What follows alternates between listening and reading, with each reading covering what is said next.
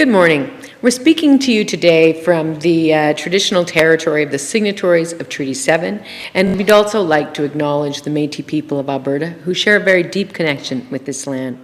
I'm joined as well today by Calgary-Buffalo MLA Joe Ceci.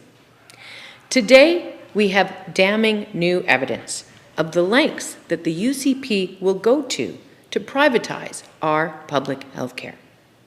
We are releasing documents from the AHS acquired through a Freedom of Information request that show that the UCP is scheming to send Alberta patients to a surgical facility in British Columbia over the strenuous objections of surgeons and clinical leaders in Alberta. Now, the UCP's plan was foolish, wasteful, and it didn't add anything to Alberta's surgical capacity.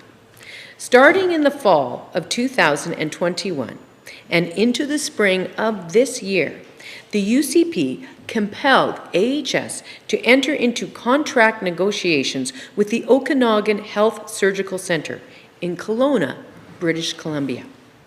Turns out that sending someone to another province to have their knee or hip replacement is actually not as simple as it sounds, as you will see when you look through the 400 pages of FOIP documents we're releasing today. Major surgeries involve a great deal of preparation work with a patient and also post-operative support. Ordinarily, as a result, one surgeon would see the entire process through from beginning to end. So it would be a very serious disruption to that continuity of care to have a different person do the part in the middle, the surgery, without having done any of the preparation and without taking any responsibility for care after the surgery.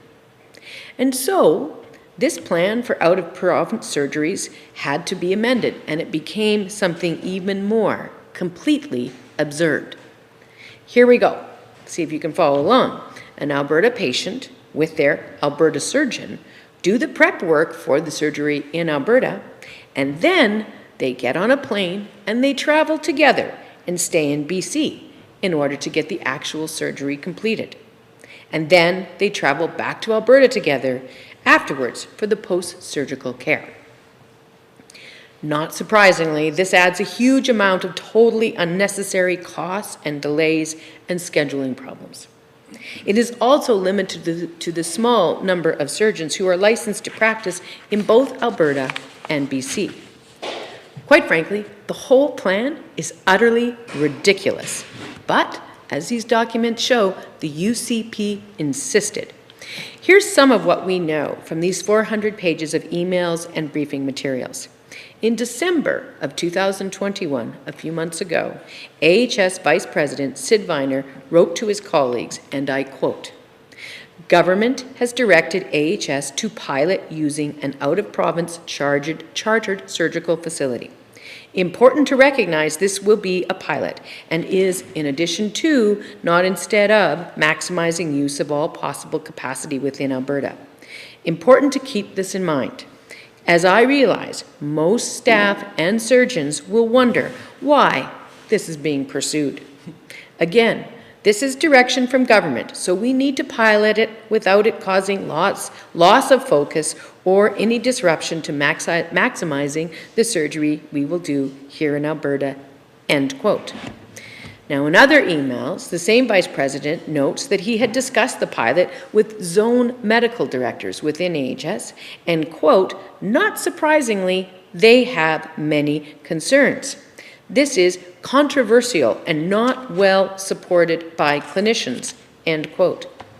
Later that month, the same VP held a town hall with clinical department heads, and, quote, he says, quote, "Not surprisingly, feedback on doing surgery at an out-of-province chartered surgical facility was universally negative," end quote.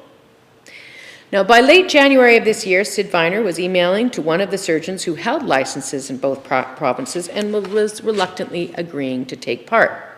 Quote, "Despite our best efforts to change their views, government is still intent on at least piloting having Albertans have surgeries out of province," end quote. In early February of this year, AHS leadership was discussing how the Minister of Health, or perhaps Premier Jason Kenney himself, should announce this pilot themselves and at least take ownership of it. These conversations intensified when media in the Okanagan got wind of the plan. But instead of coming out in public and announcing their privatization pilot, Jason Copping's office lied about it to the media. Even though they were actively exchanging contract language with the Okanagan Health Surgical Center in the first week or two of February, Jason Copping's press secretary lied to BC media and so said no negotiations with particular contracts were underway with any specific facility. That's where our FOIP runs out. But our questions begin.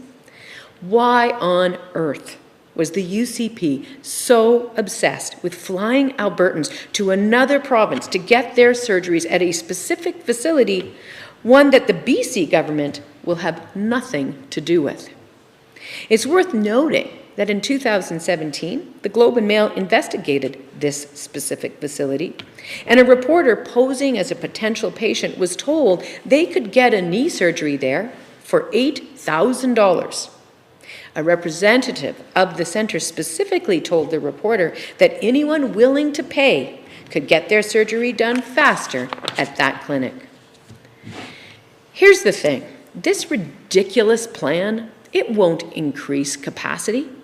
It simply moves the surgeon into a different building after piling on new costs for travel and for use of this private facility. If this is a pilot, what is the UCP's end goal? We know that it would cost more overall, and at the same time, it would compromise patient care, the care that Albertans need and rely on, all the while distracting from what should be focused efforts on repairing our own system here in Alberta. So it seems to us here at the Alberta NDP caucus that the only beneficiary of this politically motivated pilot is the clinic that seems to be dabbling in privately funded healthcare and queue jumping. And it also seems clear that Jason Copping and the UCP want to normalize flying Albertans out of the province, who knows, maybe even out of the country, to get the care they need, instead of rebuilding our public healthcare system. So needless to say, we all are extremely concerned to learn of this secret plan while we see the UCP working on sabotaging our healthcare system each and every day. Tens, maybe hundreds of thousands of Albertans right now can't find a family doctor. Dozens of rural Alberta hospitals are partially closed. Urban emergency rooms are overwhelmed. Emergency surgeries in urban hospitals are being sent to other facilities, and general surgeries are being cancelled and postponed. And of course, we all know about how ambulance wait times have never been longer. I want to commit to Albertans that an NDP government will end the UCP wasteful experiments in trying to privatize our healthcare and their wasteful experiments in what can only be described as airport healthcare. And instead, we will focus in a systematic way on strengthening the public system we all rely on. Having said that, I'm happy to take any questions folks may have. Okay, we'll start with questions in the room. Seeing none, we'll go to questions on the line. Go ahead, caller, your line should be open.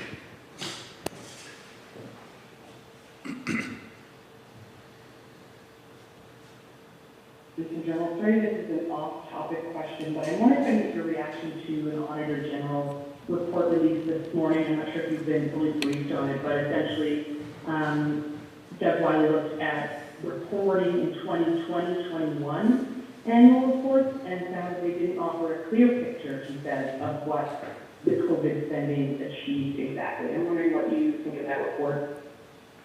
Absolutely. Well, I think it's quite outrageous that Travis Taves, our former finance minister, thinks he is fit to serve as premier of the province.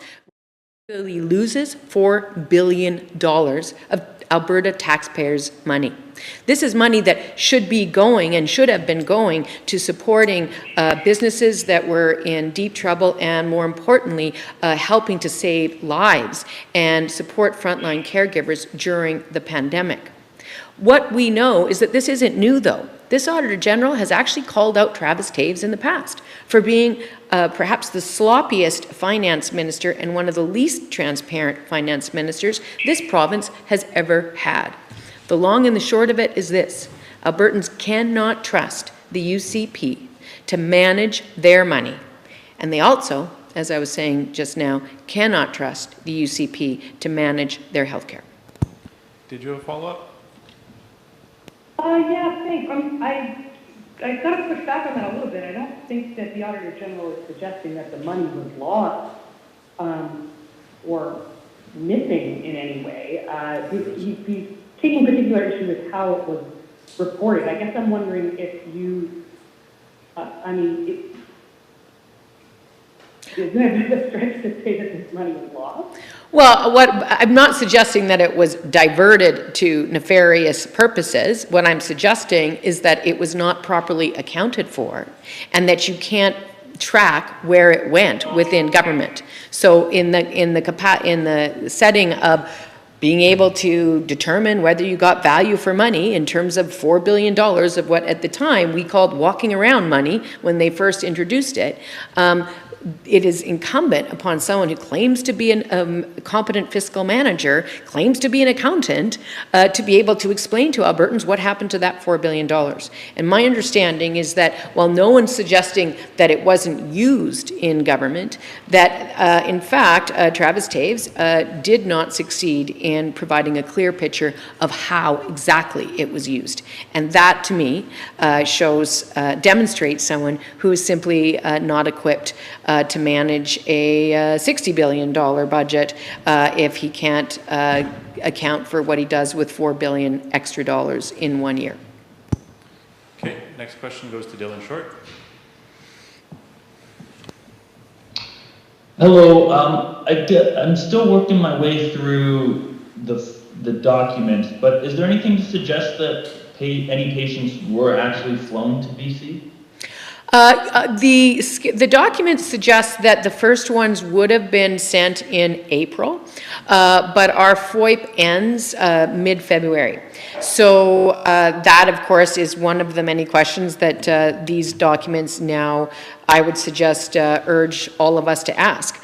So we don't know the answer to it, to that question as of yet, but we certainly know that there was clear political pressure on a very unwilling group of public servants and medical professionals to, for whatever ridiculous reason, fly Albertans to a private surgical facility in BC that, to be clear, the BC government has no contractual relationship with, and a surgical facility that has been caught out offering people queue jumping and privately funded surgery. Did you have a follow-up, Dylan?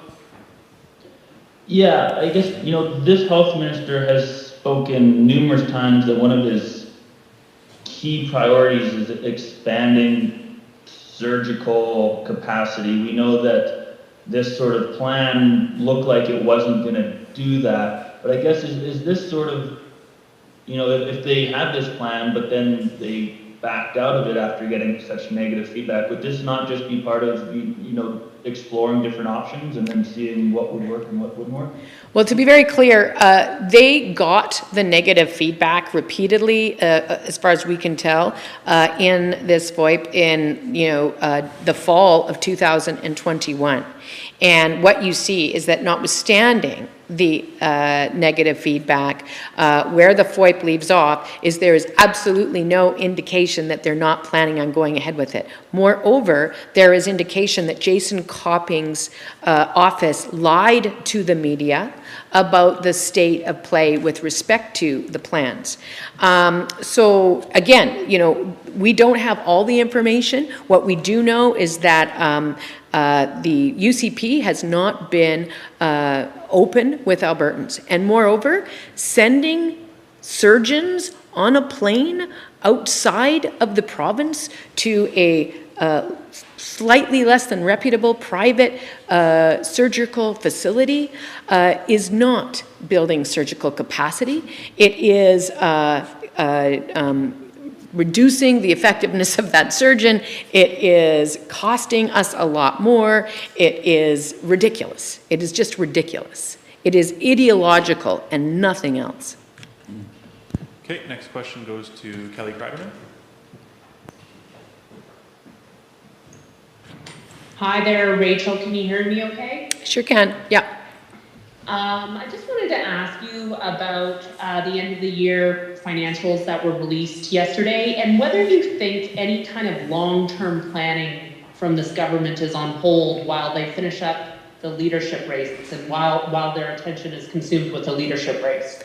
I think that it is almost definitely the case that, as with so many pressing issues that Albertans need this government to turn their attention to, the issue of managing these windfall profits or this money that's come in recently is also on hold, because obviously it comes down to, I mean, there's such a division within this UCP caucus. We have no idea what direction they would pursue. In the meantime, what's happening is we have Alberta families who are facing 40-year levels of inflation. We have reports out suggesting that low and middle income families are looking at inflation on a monthly basis that's costing them hundreds and hundreds of dollars. Roughly 10% is what they're experiencing. And this government is paralyzed by its own internal drama. So it is yet another example of how Albertans are not getting the leadership and the support that they deserve to have from their government during a very, very trying time. Do you think that inflation will still be the major issue when you're in the throes of the general election next May? You know, I can't predict these things. Most economists think that it's likely to still be an issue, and I know that even before we had these horrible inflationary pressures, we did have a system and a pattern with this government of forcing low and middle income families to pay more, whether it's through higher personal income taxes, higher insurance rates, higher utilities, higher tuition, and while at the same time they're getting less through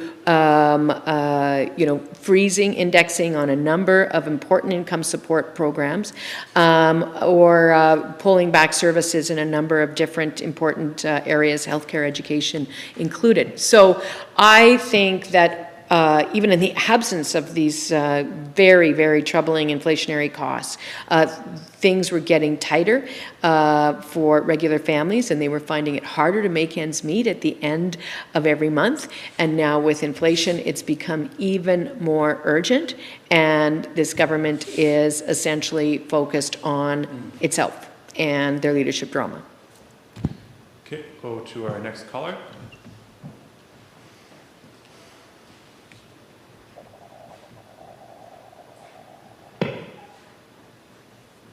Hello, Ms. Notley. This is Stephen Cook with CBC News. I apologize I'm a bit late to this party, but I wanted to ask if you had seen the OAG report about the COVID-19 financials and sort of the conclusion that it wasn't always clear what was being achieved and what ministries were spending. If you'd like to comment on that in terms of, is there an accountability issue here? Absolutely. As I said before, I think that the bottom line is this. If Travis Taves, former finance minister, current accountant, can't properly track $4 billion extra that was designed to help people, to save people's lives, to help frontline healthcare workers, and to support businesses. When he's in charge of a $50 or $60 billion budget, I find it very hard to believe that he is suitable to run for premier. The other thing that's worth pointing out is that this is not the first time that the Auditor General has called out this finance minister for his sloppy accounting and his lack of transparency. So I would argue that as a whole, This report underlines the fact that Albertans cannot trust the UCP with their hard-earned tax dollars. And moreover, as we are here today to point out, they absolutely cannot trust this UCP to protect and preserve their health care and to refrain from idiotic, reckless privatization schemes. Did you have a follow-up? Yes, I also want to ask, NDP has made calls before for basically a major audit of the COVID-19 response. Would you say that what we're seeing here might support that position? I'm sorry, I didn't catch the first part of it. Can you say it again, Stephen? Oh, I just know the party has previously called for an audit. Sort of a major review or audit of the entirety of the response. I'm wondering if this is part of raising these questions. I think that, there are so many things that this government failed to do competently during the COVID crisis. The most important of which, of course, is that we had the highest number of deaths per capita of any province in the country. At various times, we had the highest number of people, of the absolute number of cases, the highest number of people in hospital, highest number of people in intensive care. So many failures. And then on top of it, of course, we now seem that we didn't have a particularly thoughtful, strategic, or careful expenditure of additional COVID funds. So I think taken all together, we do need a public inquiry into how the pandemic has been managed. Interestingly, most of the UCP is very, very silent on this issue. And I think Albertans deserve to have an inquiry that will provide some preliminary findings before they're called upon to make a decision on who they think is capable of leading this province in the next election. Okay, we want to pass for questions, either online or in person. Okay, seeing none, that's all for today. Thank you. Thank you so much for watching, and to learn more, check out albertasfuture.ca.